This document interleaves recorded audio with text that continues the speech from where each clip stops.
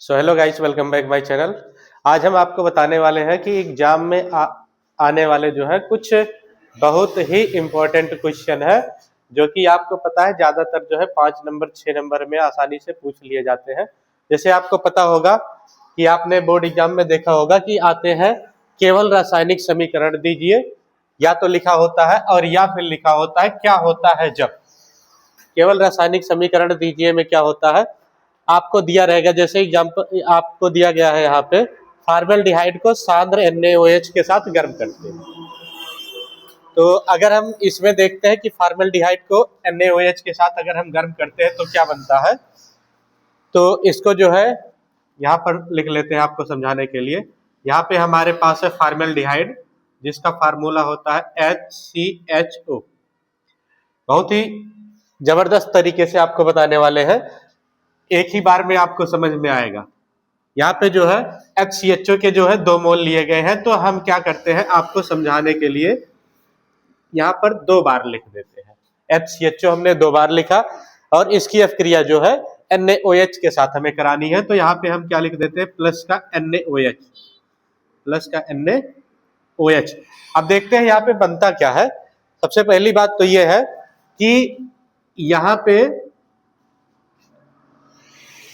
CHO और जो है NaO एक साथ क्या होता है, आपस में जुड़ जाता है और बनता क्या है, आप देखिए HCOONA। यहाँ पे क्या बनेगा, HCOONA। यहाँ हम लोग क्या लिखेंगे, HCOO और Na। एक प्रोडक्ट हमारा ये बनेगा HCOONA, और दूसरा क्या बनेगा, C के साथ यहाँ पे 1 2 3 हाइड्रोजन है, तो यहाँ पे हम लोग क्या लिखेंगे, CH3 लिखेंगे। यहाँ पे हम लोग क्या लिखेंगे, CH3 लिखेंगे। और उसके बाद हमारे पास क्या है, CH3 हो गया और O के साथ जो है ये वाला H इसके साथ आके जुड़ जाएगा, तो यहाँ बन गया CH3 और O और H, यहाँ पे बन जाएगा CH3OH बन जाएगा। तो यहाँ पे हम लोग क्या लिख सकते हैं कि यहाँ पे हमारा प्रोडक्ट क्या बनेगा,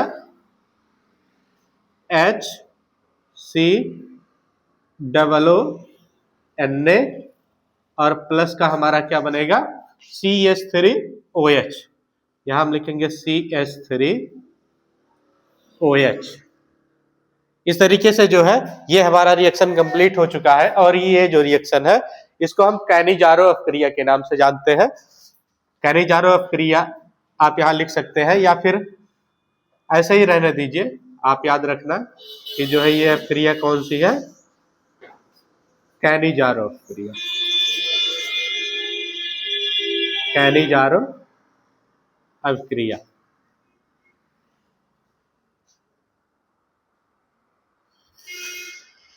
दूसरा हमारा दिया गया है कि एसीटोन की जो है अपक्रिया हमें किसके साथ, HCN के साथ करानी है, तो यहाँ पे हमने एसीटोन ले लिया।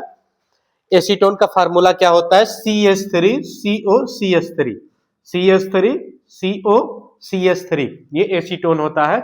यहाँ जो है इसकी अपक्रिया हमें HCN के साथ करानी है, और जैसे ही हम लोग इसकी अपक्रिया HCN के साथ कराएंगे तो ये वाला बॉन्ड ब्रेक हो जाता है और O के साथ जुड़ जाएगा H, और C के साथ जुड़ जाएगा क्या, CN जुड़ जाएगा। यहाँ पे योगात्मक अपक्रिया हो रही है, तो यहाँ पे हम लोग क्या लिख सकते हैं, C के साथ पहले तो 2 CH3 जुड़ा है, यहाँ हम लोग लिखेंगे C, और 2 CH3 है तो इसके साथ हम लोग क्या करेंगे, 2 CH3 जोड़ देंगे। और उसके बाद क्या बना हुआ है, C के साथ एक में जो है CN जुड़ा हुआ है, यहाँ हम लोग C के साथ क्या जोड़ सकते हैं, CN जोड़ सकते हैं, और एक ये इस बॉन्ड के साथ O के साथ H जुड़ा हुआ है, तो यहाँ पे हम लोग क्या जोड़ देंगे, OH जोड़ देंगे।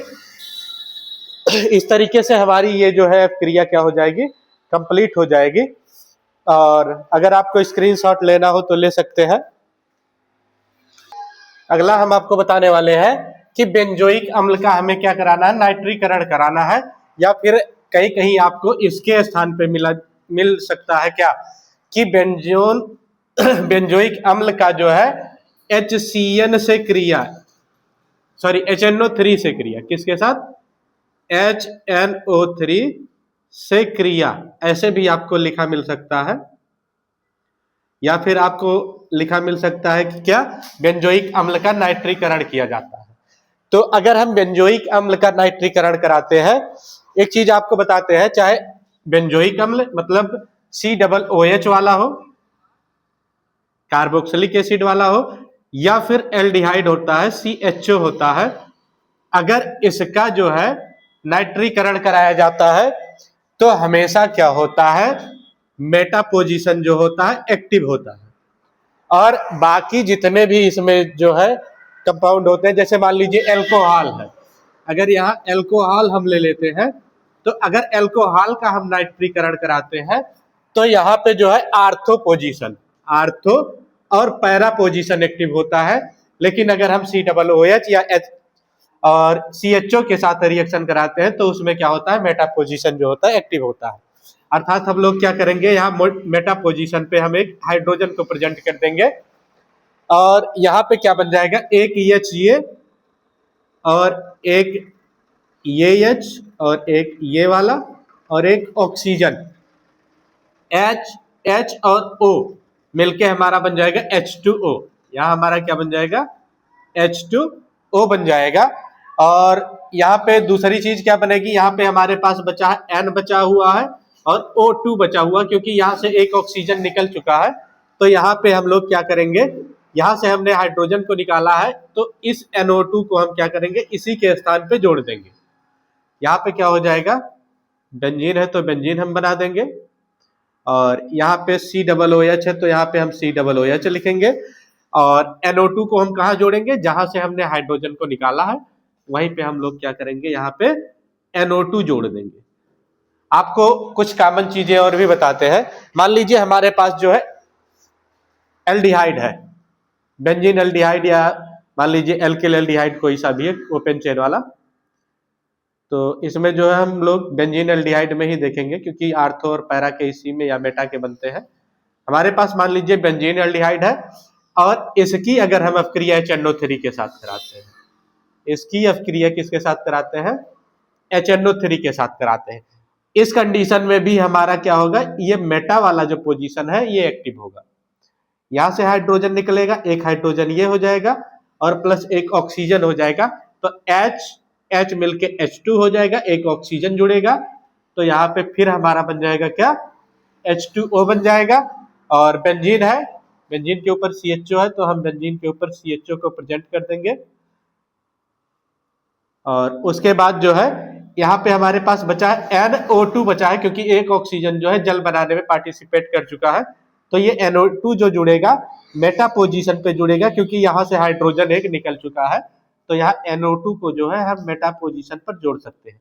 और एक इसमें अलग क्या होता है, जैसे मान लीजिए अगर हम एल्डिहाइड या जो है कार्बोक्सिलिक अम्ल को छोड़कर अदर कोई फंक्शनल ग्रुप वाला ले लेते हैं, मान लीजिए हमारे पास एल्कोहल है, हमारे पास है एल्कोहल, क्या फिनाल है, बेंजीन के साथ जुड़ा हुआ है, तो यहाँ पे हम लोग क्या ले लेते हैं, मान लीजिए हमारे पास फिनाल है, अगर इसका हम HNO3 के साथ रिएक्शन कराते हैं, इसका हम HNO3 के साथ रिएक्शन कराते हैं, तो इसमें क्या होगा, इसमें आर्थो और पैरा के कंपाउंड बनते हैं, जबकि जो है COOH और CHO में जो है मेटाप के कंपाउंड बनते हैं। अभी इसका हम लोग देखते हैं क्या बनता है, इसमें सॉल्यूशन बनता है, यहाँ जो है आर्थो के हाइड्रोजन जो होगा आर्थो साइड एक्टिव होगा और पैरा साइड यहाँ पे एक्टिव होता है। जब आर्थो साइड एक्टिव होता है तो यहाँ पे H और O साइड प्रोडक्ट तो हमारा सेम ही बनता है, H2O ही बनेगा, लेकिन तो यहाँ आर्थो नाइट्रोफिनाल बन जाएगा, ना कि इसकी जगह पर जो है जैसे ये बना हुआ है मेटा वाला, मेटा पर ये नहीं जुड़ेगा, ये हमारा आके कहाँ जुड़ जाएगा, आर्थो पे जुड़ेगा या फिर पैरा पे जुड़ेगा। तो यहाँ पे हमारा जो कंपाउंड बनेगा प्रोडक्ट, यहाँ पे प्रोडक्ट के रूप में यहाँ OH हो जाएगा और NO2 अब की बार यहाँ क्या किसके साथ जुड़ जाएगा, आर्थो के साथ जुड़ जाएगा। यहाँ पर आप देख लीजिए यहाँ पे पैरा के साथ जुड़ा हुआ है, और आर्थो के साथ साथ जो है यहाँ पे पैरा पर भी बनता है। इसमें जो है इसको परसेंटेज में डिवाइड किया जाता है, आर्थो का जो होता है लगभग 45% के आसपास बनता है प्रोडक्ट, और जो पैरा के कंपाउंड बनते हैं, पैरा के कैसे बनेंगे, जब क्या होगा, ये पैरा साइड एक्टिव होगा, क्योंकि आपको दिखाया गया आर्थो और पैरा दोनों के इसमें एक्टिव होते हैं। जब पैरा साइड एक्टिव होगा तो क्या होगा, ये H और ये ऑक्सीजन मिलके H2O बन जाएगा। यहाँ H2O हमने लिखा ही है। बस होगा इसमें क्या कि जो NO2 जो है आर्थो पे जुड़ा है, वही NO2 कहाँ जुड़ जाएगा, यहाँ पे पैरा पे जुड़ जाएगा। और इस तरीके से आप जो है कार्बोक्सिलिक अम्ल में, एल्डिहाइड में और जो है फिनाल में आप अंतर देख सकते हैं कि बस हमने क्या किया है, बस तीनों में जो है हमने फंक्शनल ग्रुप चेंज किया है। यहाँ पर जो है COOH है, यहाँ CHO है और यहाँ पे OH है। देखिए तीनों में जो है सिर्फ फंक्शनल ग्रुप चेंज करने के बाद जो है तीनों में क्या परिवर्तन दिखता है। ये दोनों तो सेम ही है, कार्बोक्सिलिक अम्ल और जो है एल्डिहाइड के। लेकिन अगर हम क्या करते हैं, OH समूह वाले पे, या कह सकते हैं फिनाल के साथ अगर HNO3 का रिएक्शन कराते हैं तो यहाँ पे जो होता है, क्या होता है, आर्थो और पैरा के कंपाउंड बनते हैं, जबकि जो है एल्डिहाइड और कार्बोक्सिलिक एसिड में जो है मेटा के कंपाउंड बनते हैं। अगला हम लोग देखते हैं, इसमें दिया गया है एसिटिक अम्ल को PCl5 के साथ गर्म करते हैं। तो आपको जो है एसिटिक अम्ल का सबसे पहले फार्मूला पता होना चाहिए। जो है एसिटिक अम्ल का फार्मूला क्या होता है, CH3COOH। यहाँ हम लोग क्या लिखेंगे, CH3 और COO और H, इसको जो है हमें PCl5 के साथ गर्म करना है, तो यहाँ पे लिखेंगे PCl5। अब इसे हमें क्या करना है, जैसे ही हम लोग गर्म करते हैं तो यहाँ से होता क्या है, ये वाला बॉन्ड टूट जाता है और ये वाला बॉन्ड टूट जाता है। यहाँ से ये वाला बॉन्ड टूट जाएगा और जैसे ही ये वाला बॉन्ड टूटेगा तो एक Cl जो है इस साइड जुड़ जाएगा, एक Cl H के साथ जुड़ जाएगा, 2 Cl हो गया। अब हमारे पास बचा है P और 3 Cl बचा हुआ है, तो P और Cl3 जो है O के साथ जुड़ जाएगा। और इस तरीके से हमारे पास देखिए मेन कंपाउंड हमारा क्या बनेगा, यहाँ पे बनेगा CH3COCl। यहाँ पे हमारा क्या बनेगा, CH3COCl बनेगा, CH3COCl बनेगा। और दूसरा कंपाउंड हमारा क्या बनेगा, देखिए H के साथ Cl जुड़ा हुआ है, तो यहाँ पे हमारा बन जाएगा HCl बन जाएगा। यहाँ पे क्या बन जाएगा, HCl बन जाएगा। और यहाँ पे क्या बनेगा, P है OCl3, POCl3। और यहाँ पे हम लोग क्या लिख सकते हैं, प्लस का POCl3 बन जाएगा। इसका नाम होता है एसिटल क्लोराइड, या कहीं कहीं एसिड क्लोराइड भी लिखा होता है। यहाँ आप लिख सकते हैं एसिड क्लोराइड या एसिटल क्लोराइड। एसिटल हम लिख देते हैं, एसिटल क्लोराइड। अगला हम लोग देखते हैं एसीटोन को जो है हमें किसके साथ, H2SO4 के साथ आश्वित करना है। इसका मतलब है आश्वित करने में क्या होगा, ये H2SO4 जो है केमिकल रिएक्शन में जो है पार्टिसिपेट नहीं करता, अर्थात हम लोग कह सकते हैं कि ये रासायनिक अभिक्रिया में भाग नहीं लेता है। अब हम लोग क्या करते हैं, एसीटोन ले लेते हैं। एसीटोन का फार्मूला क्या होता है, CH3COCH3। यहाँ पे हम लोग लिखेंगे CH3COCH3। बहुत ही ध्यान से देखिएगा क्योंकि सबसे ज्यादा इंपॉर्टेंट क्वेश्चन ये है। ये जो है 2017 में, 19 में, 21 में और 24 में आ चुका है। अभी तक लगातार ये जो है एक साल गैप करके लगभग 4 साल तक आ चुका है। सबसे ज्यादा इंपॉर्टेंट क्वेश्चन है। और यहाँ पे हमें क्या लेना है, एसीटोन का 3 मोल लेना है और H2SO4 के साथ इसे हमें गर्म करना है, तो यहाँ पे हम लिखेंगे H2SO4। अब देखिए होगा क्या, इसका जो है एक सर्किल टाइप का जो है स्ट्रक्चर बनता है। तो बहुत ही ध्यान से आप लोग देखिएगा, यहाँ पे होगा क्या, यहाँ पे बनेगा H2O, पहले तो बाहर हो जाएगा। यहाँ पे क्या होगा, H2O बाहर हो जाएगा। कैसे देखते हैं, यहाँ पे हमने 3 मोल क्या लिया है, CH3COCH3। आपको समझाने के लिए हम लोग क्या करते हैं, इसको 3 बार लिख देते हैं, CH3 CO CH3 और यहाँ लिखेंगे CH3 CO और CH3। अब यहाँ पे क्या होगा, देखिए यहाँ से H2 और यहाँ से O निकल जाएगा, तो यहाँ साइड प्रोडक्ट के रूप में क्या बनेगा, H2O। ऐसे इसमें से भी H2 और O निकल जाएगा, यहाँ पे बन जाएगा 2H2O और यहाँ से भी H2 और O निकल जाएगा और यहाँ पे बन जाएगा 3H2O। मतलब जल के जो है 3 मोल बनेंगे। और इसका स्ट्रक्चर हम लोग देखते हैं कैसे बनेगा। यहाँ पे CH3 हमने लिखा और C है तो यहाँ पे हम लोग क्या लिखेंगे, C लिखेंगे और इसके साथ CH जुड़ा हुआ है, CH आपको समझ में आए इसीलिए हम उसी तरीके का स्ट्रक्चर बना रहे हैं। CH3 हो गया, यहाँ पे ऑक्सीजन निकल चुका है, H2O बन चुका है इसीलिए C बचा है और यहाँ से 2 हाइड्रोजन निकला है, यहाँ पे CH बचा हुआ है। ऐसे तीनों में हुआ है। तो अब यहाँ पे हम लोग क्या करेंगे, यहाँ पे हम लोग फिर लिखेंगे C और C के साथ देखिए यहाँ पे CH3 जुड़ा हुआ है बाहर की साइड में, यहाँ पर भी हम लोग बाहर के साइड में CH3 जोड़ेंगे और यहाँ पर जो है हम लोग CH जोड़ देंगे और इसको जो है डबल बॉन्ड से जोड़ देंगे क्योंकि एक कार्बन के साथ 4 बॉन्ड बनते हैं, 1 2 3 और एक हाइड्रोजन के साथ 4 बॉन्ड कंप्लीट हो चुका है। अब तीसरा वाला CH3 CO CH3 जोड़ना चाहिए क्योंकि 2 हम जोड़ चुके हैं, CH3 C और CH हमने जोड़ दिया, CH3 C और CH 2 हो गया और एक अभी बचा हुआ है हमारे पास। तो यहाँ पे हम लोग क्या करेंगे, यहाँ पर लिखेंगे C, इसके साथ बाहर साइड CH3 लिखना है क्योंकि आप देख सकते हैं तीनों में बाहर साइड CH3 लिखा गया है और यहाँ पे हम लोग CH लिख देंगे। अब हम लोग क्या करेंगे, यहाँ सिंगल बॉन्ड और C के साथ सिंगल बॉन्ड है और इसके साथ हम लोग बैलेंस करके पहले देख लेते हैं क्या बनेगा। यहाँ इसके साथ डबल बॉन्ड हो जाएगा और जो है और क्या होगा, इसके साथ सिंगल बॉन्ड हो जाएगा। एक बार अभी बैलेंस ही हम लोग फिर से चेक कर लेते हैं कि किस तरीके से इसको बैलेंस किया जाएगा। तो C और CH के बीच में डबल बॉन्ड यहाँ हो गया और यहाँ पे एक और डबल बॉन्ड कहीं होना चाहिए, देखते हैं कहाँ होगा।